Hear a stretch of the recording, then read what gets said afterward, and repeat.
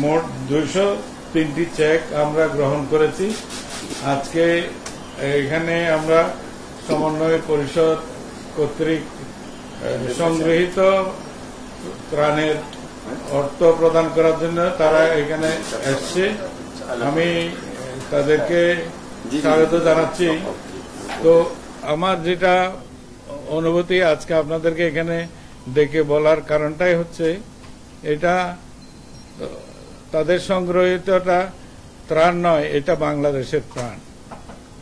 এখানে শিশুরা, কর্মজীবী মানুষেরা, গৃহবধূরা, দেশের আপামর জনগণ তাদের সাধ্যমতো এই তহবিলে দান করেছেন।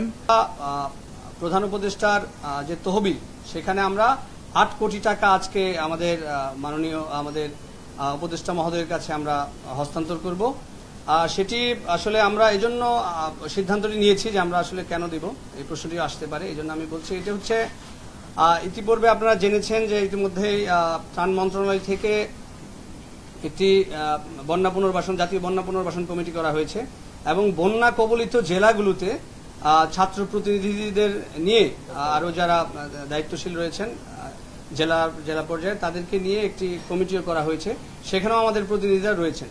তো আমরা চাচ্ছি যে এই যে অর্থ, সেটির যে সঠিক ব্যবহার, পুনর্বাসনের যে সঠিক ব্যবহার, সেটার পর্যাপ্ত যে ব্যবস্থাপনা সেটি সরকারের রয়েছে, ত্রাণ মন্ত্রণালয়ের রয়েছে। সেই জায়গা থেকে আমরা চাই আমাদের এই টাকাটি তাদের মাধ্যমে সাধারণ মানুষের যে পুনর্বাসনের যে প্রক্রিয়াটি সাধারণ মানুষের কাছে যাতে পৌঁছে যায়।